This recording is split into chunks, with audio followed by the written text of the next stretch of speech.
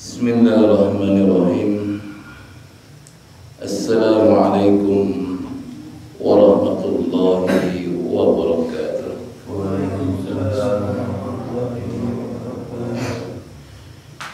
Innal hamdalillah nahmaduhu wa nasta'inuhu wa nastahdihi wa na'udzu billahi min sururi anfusina wa min sayyiati a'malina.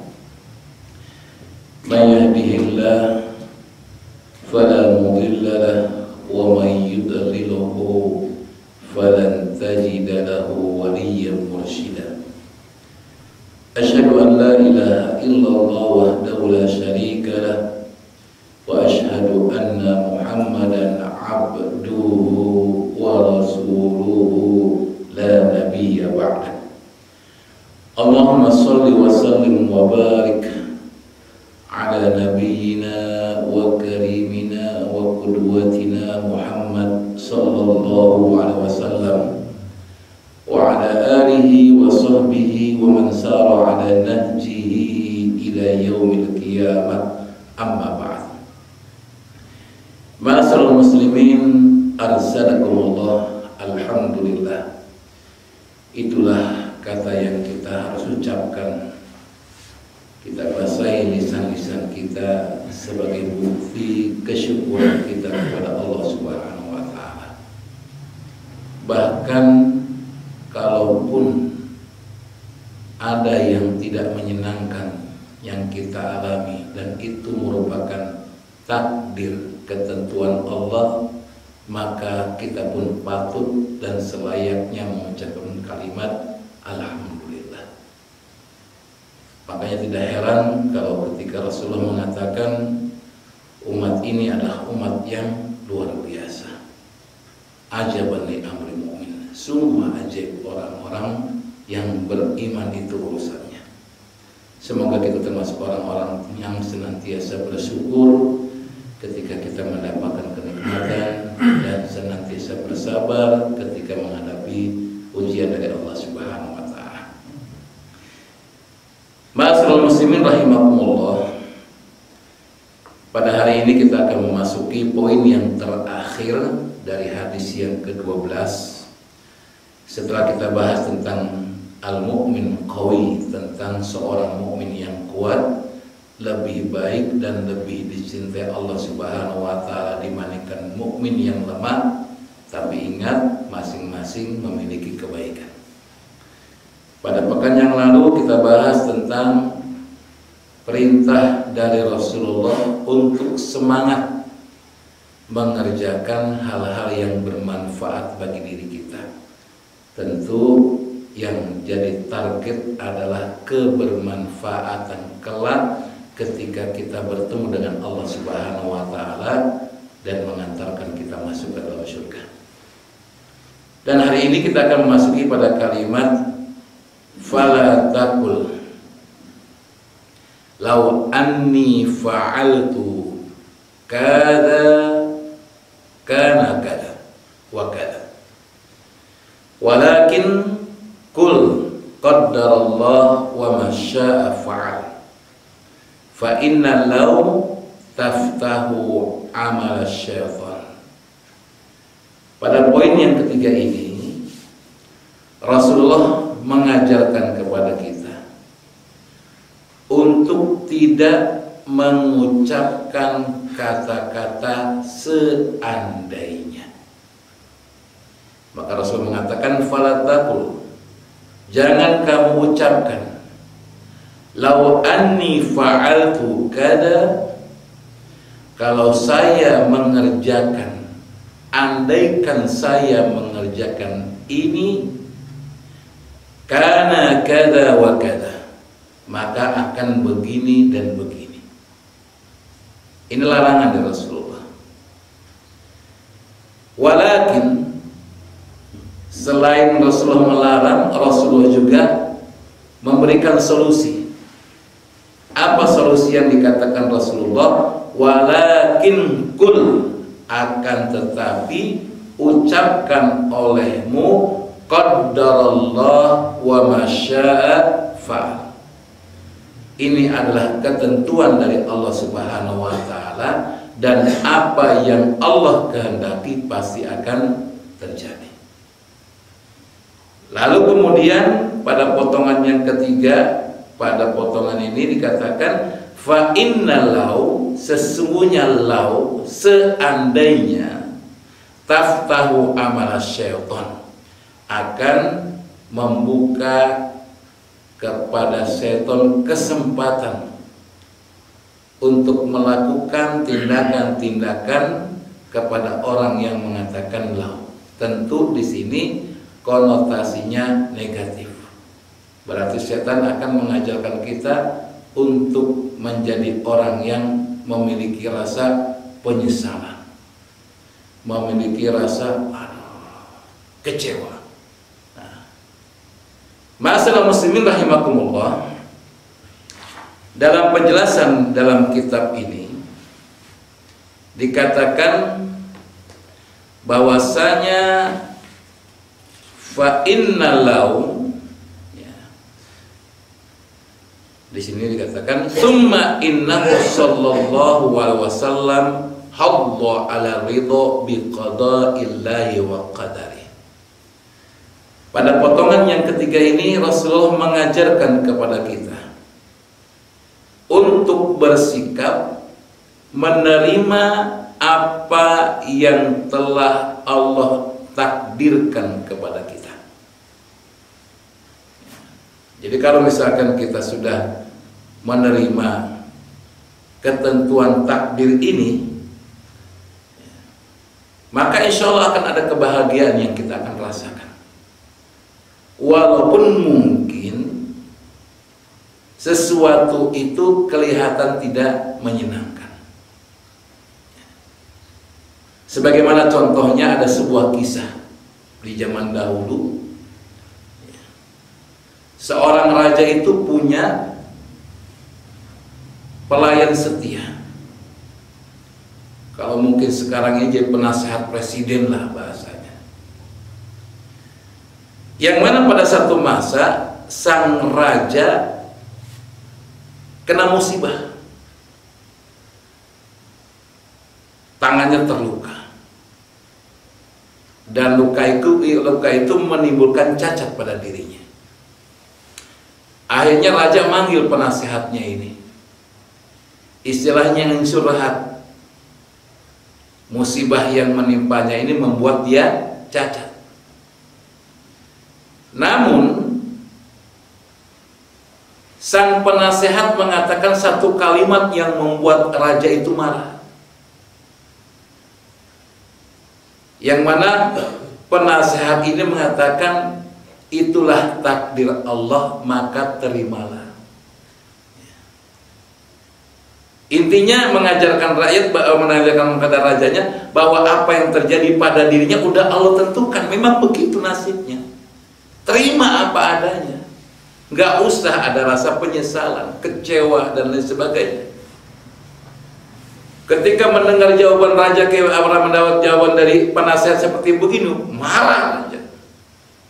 Ya, karena bukannya memberikan bagaimana agar dia bahagia, tapi membuat kecewa. Kalau mungkin bahasa kita, alhamdulillah. Kena musibah, alhamdulillah, kecewa aja. Maka kemudian dikatakan penjarakan dia, penjara. Akhirnya penasehat tersebut. Dan kembali penasehat itu mengatakan alhamdulillah. Ya, memang sudah Allah tentukan. Singkat cerita, raja ini suka berburu. Dalam perburuannya tiba-tiba raja ini tertangkap dengan satu suku yang kanibal, yang suka mempersembahkan manusia kepada dewa-dewa. Bahkan kalau kanibal itu dimakan kemudian orang yang dibunuhnya. Akhirnya dipilihlah siapa orang yang akan dijadikan sebagai tumbal. Terpilih semua, termasuk di antara raja ini diperiksa dulu, karena memang syaratnya harus sempurna. Diperiksa, ternyata raja ini cacat. Maka pimpinan suku tersebut mengatakan, ini tidak layak untuk dijadikan tumbal. Keluarkan, pergi dia, silakan merdeka, bebas. Wah, raja ini pergi. Selamat dia datang kemudian ke kerajaannya dan langsung menemui sang penasehat. Diceritakan apa yang terjadi. Ternyata di balik cacat yang dialami dia bisa selamat, tidak jadi tumbal. Maka sang penasehat mengatakan, andaikan pada saat itu saya tidak dipenjara olehmu, mungkin saya akan jadi korban. Inilah takdir Allah. Jadi apapun yang ditentukan Allah pada diri kita, maka itu semua ada kebaikan yang akan kita rasakan. Maka dalam Al-Quran dikatakan, bisa jadi kalian cinta terhadap sesuatu dan menurut kalian itu baik, tapi ternyata tidak baik bagi Allah Subhanahu wa Ta'ala.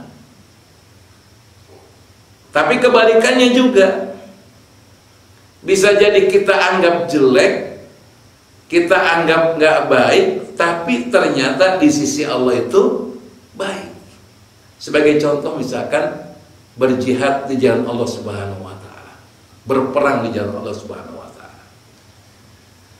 Kalau misalkan berperang kemudian mati, kalau orang melihat secara lahiriah, ngapain perang? Ujung-ujungnya mati, dibunuh. Bahkan paman Rasulullah Hamzah itu kan sampai dimutilasi. Hidungnya dipotong, dadanya dibelah, jantungnya diambil. Naudzubillah min dzalik. Memang kelihatan rugi, hilang orang yang dicintai. Tapi di balik semua itu ada kebaikan yang Allah janjikan. Bahkan di dalam Al-Quran dikatakan, Allah berdialog kepada para syuhada ini, yang mana Allah menanyakan, mau balik nggak? Kembali ke mau apa yang kamu inginkan. Maka sang syuhada ini, para syuhada ini mengatakan ingin balik ke muka bumi, berperang lagi, mati lagi, berperang lagi, mati lagi, kayak begitu. Tapi kan tidak mungkin. Maka kemudian dikabarkan bagaimana orang-orang yang kalian duga itu mati sebetulnya hidup di sisi Allah Subhanahu wa Ta'ala. Mereka mendapatkan rezeki, mereka mendapatkan kenikmatan, sehingga turun ayat yang mengatakan tentang hal ini. Ma'asyiral muslimin rahimakumullah. Tentu dalam menerima takdir Allah Subhanahu wa Ta'ala bukan sekedar kita adalah memang ketentuan Allah kayak begini sudah, bukan begitu.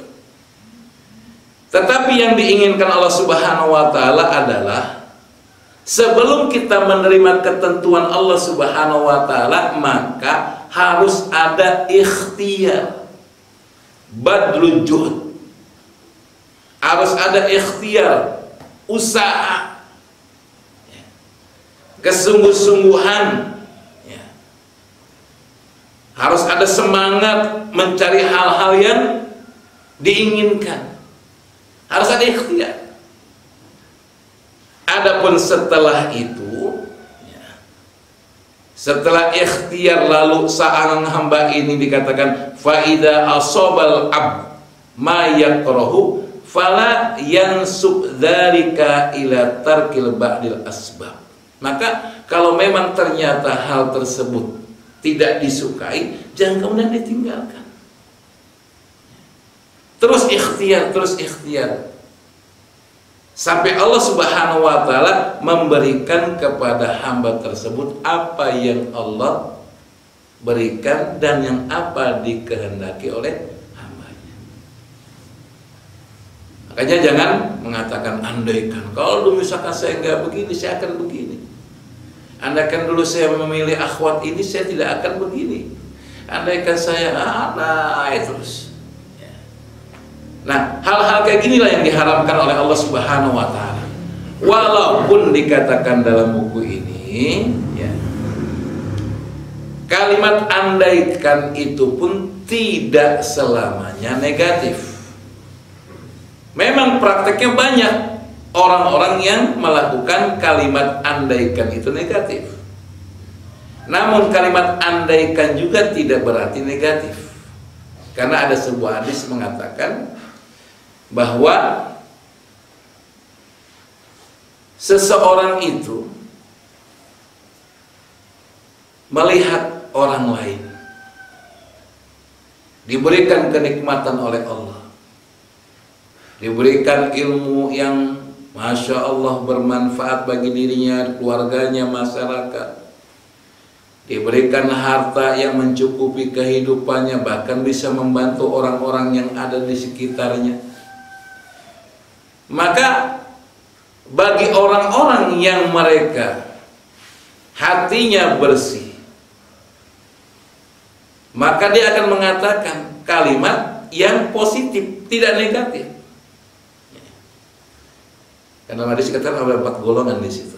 Satu golongan adalah orang yang diberikan harta, ilmu, yang satu tidak diberikan ilmu. Namun orang yang tidak diberikan ilmu dan harta ini, dia mengatakan, tapi hatinya bersih, andaikan Allah Subhanahu wa ta'ala memberikan saya ilmu yang bermanfaat sebagaimana orang tersebut, andaikan Allah Subhanahu wa ta'ala memberikan saya harta yang banyak seperti orang tersebut, maka saya akan melakukan sebagaimana yang dia lakukan, yaitu dia akan menyebarkan ilmunya, dia akan membantu orang-orang yang perlu dibantu dengan harta. Kata Rasulullah, orang kayak begini adalah orang-orang yang akan mendapatkan pahala yang sama seperti orang yang pertama ini, yang diberikan ilmu lalu mengajar pada orang lain, yang diberikan harta dan bermanfaat bagi orang lain. Sama, kenapa? Niatnya ikhlas karena Allah. Walaupun kalimatnya andaikan. Maka kalimat andaikan ini jangan sampai dikatakan negatif. Tapi juga hati-hati. Rasul mengatakan ada juga orang diberikan ilmu, diberikan harta, tapi digunakan untuk bermaksiat kepada Allah Subhanahu wa ta'ala. Dan ternyata ada golongan yang keempat ingin seperti golongan yang ketiga ini. Andaikan saya punya ilmu, saya punya harta sebagaimana orang itu, saya akan lakukan sebagaimana orang tersebut melakukan. Ini orang dosa langsung ya. Karena memiliki angan-angan yang tidak diperkenankan oleh Allah Subhanahu wa ta'ala. Nah, oleh karena itu kalimat andaikan bukan berarti negatif, namun kalimat andaikan itu pun bisa menjadi hal yang positif sebagaimana yang dijelaskan oleh para ulama ya. Jadi boleh kita mengucapkan andaikan. Andaikan Allah Subhanahu wa ta'ala memberikan saya harta yang banyak, maka saya akan gunakan untuk berjuang di jalan Allah. Andaikan saya diberikan keturunan yang banyak, maka insya Allah saya akan jadikan keturunan ini menjadi anak-anak yang soleh dan soleha. Diperbolehkan bab-bab kayak begini. Yang tidak diperbolehkan adalah menyesali apa yang dilakukan tetapi tidak dapat diraih olehnya. Nah, ini yang tidak diperbolehkan. Atau mengangankan untuk bermaksiat kepada Allah Subhanahu wa ta'ala, dan itu diharamkan oleh Allah Subhanahu wa ta'ala. Maka di sini jelas sekali kata para ulama, wa alam anna isti'mal law takhtalif bi ikhtilaf ma qusida bihi. Jadi ketahuilah bahwa sesungguhnya pemakaian kalimat andaikan itu takhtalif ya, berbeda-beda bi ikhtilafi ma qusida bihi, sesuai dengan apa yang dimaksudkan dalam hal tersebut ya.